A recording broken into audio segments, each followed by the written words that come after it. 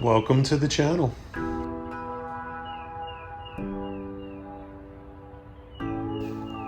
This is City Dad Farming. Okay, so today we're going to be showing you how to replace a broken spotlight. We have an existing one in place, and unfortunately this one right here is not working at all. I've tried replacing the bulb and it won't come on, so something is actually faulty with the socket with light fixture. So we're going to go ahead and replace that. We're going to show you how to do it nice and easy. The first thing you're going to want to do is make sure the power is off. So let's go flip the switch and make sure that this thing is on or off.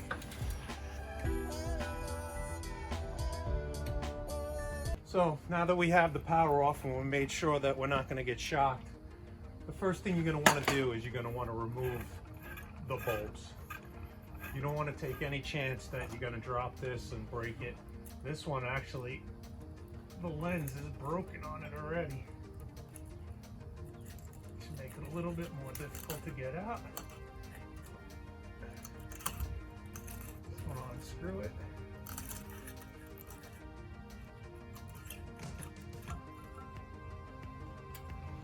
So now you're going to put these off to the side. Okay, so now that you got the bulbs out of the way, you're going to need yourself a screwdriver. And there's going to be 2 screws that are going to hold this up to the soffit. So you're going to want to loosen those. On my application here, it's a Phillips head. It could be a flat head, it could be Torx head, but today we have Phillips head for this application. Okay. Save these screws because you're probably going to need them for the new one. Next thing you're going to do is you're going to pull it down from the ceiling. Okay, so once you get it loose from the mounting, you're going to have 3 wires, and it's very common for them to use what's called wire nuts. These are the connectors that connect the wires. You're going to have one wire that has no sheeting on it, which is going to be strictly copper. That's going to be your ground. You're going to have one that's going to be black, which is usually your 110 volts coming in, and then the white one is going to be your common. Okay? The new light fixture is going to come with these 3 wires, and so basically you're going to want to disconnect this one at a time. Okay, and then that's it. So you got 3 wires coming out of your socket box, and you have, in the case of this one, there's actually 5 wires. There's 2 whites, 2 blacks, and 1 ground. So 1 black and 1 white is for this light, the other black and white is for this light. And you're going to want to repeat the process when you're hooking it back up. So we got our new floodlight here in a box we just picked up from our local box store. I believe the price point on this was about $15 plus tax, so you're not going to break the bank. But basically it's going to come with the 2 sockets and the wires as described. This kit actually comes with some wire nuts, and it does come with some screws to hold it in place. But because of the way this one's mounted, I'm going to use the screws that came with the original one. Alright, so let's get this out of the way. Whenever I do this, I always hook the ground one up first. Not necessarily for safety reasons, but I'm sure that is probably the best way of doing it. But I do it because this way I know I have something sturdy to hold the wire. So I put this in together, and I'm going to screw this in nice and tight. And you'll know when it's getting good because the wire will start wrapping around itself. Okay? So then what you're going to do next is you're going to take your 2 white ones and put those together, and then you're going to take the white one that's here, and so it's pretty color coordinated here. All your colors are going to match right up. So now I have 3 wires together. I'm going to put the wire nut on this,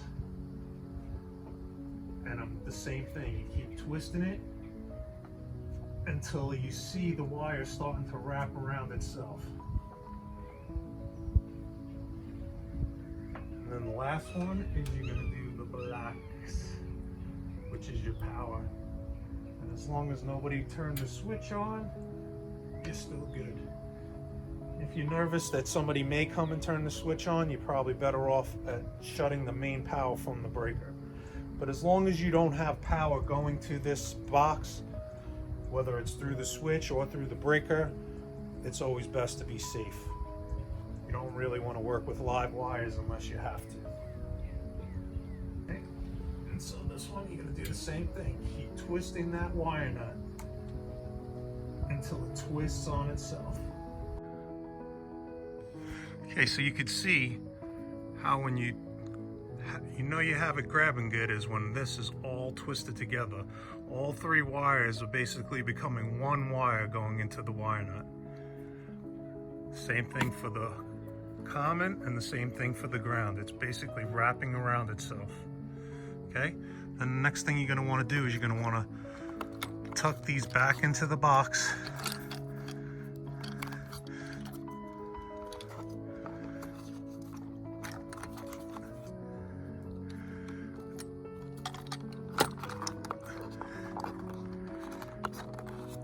See, so that the wire nuts are in the box. Okay. This gasket actually looks like it's in pretty decent shape, so I'm just going to leave it in place because it's kind of being held there. But the new unit does come with a gasket and a wire nut. So if yours comes down and that gasket's ripped or it's not in place or something of that nature, at that point you should use the one that comes with the kit, so that you make sure moisture doesn't get in there, bugs, whatever else. So that's what you want to do that. All right, let's get. So now that you got the wires tucked back in, now you want to line up the screw holes and make sure you're not pinching any of these wires. You want to make sure that the last thing you do before you set it up is make sure the wires are all tucked in good. So I start one side, I don't tighten it all the way. I'll go on to the other side and get this one started. So now that they're both, you can see it's loose and in place. So now I'm gonna snug it up with my Phillips screwdriver. Then what you want to do is each side is going to come with its own adjustment. There's this screw that holds it this way, and then there's a nut that you can rotate it this way. So one I'm going to point this way, you tighten the nut up, and you tighten the set screw, and then that one's good. And then you do the same thing with this one. So I'm going to point this one in the other direction, tighten that up, tighten the set screw. Just hand tightening it. You could use a pair of pliers if you really want to wrench them down, but I kind of just hand tighten it. It's got little teeth that kind of hold it in place, so as long as you have it snug, it's not going to go anywhere. And now I have my two bulbs that need to go in. So the last part of this process here is we're going to go and screw the bulbs in.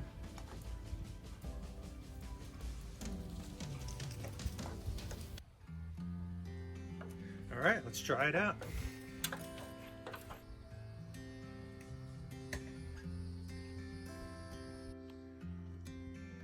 All right, looks like we have success. Both lights are now working. This is the product we use for today. We use a Lithonia Lightning Floodlight. It's a 300 watt kit. We used 100 watt bulbs, so the two bulbs at 100 watt each is 200 watts. That means we have more than enough extra, so that's gonna be good.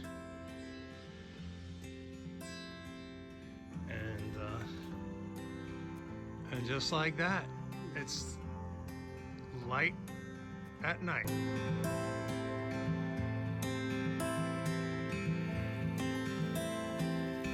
So that brings us to the end of another video. Make sure you give us a big thumbs up if you like what you saw, and tap that subscribe button if you'd like to join our family. Thanks again for watching.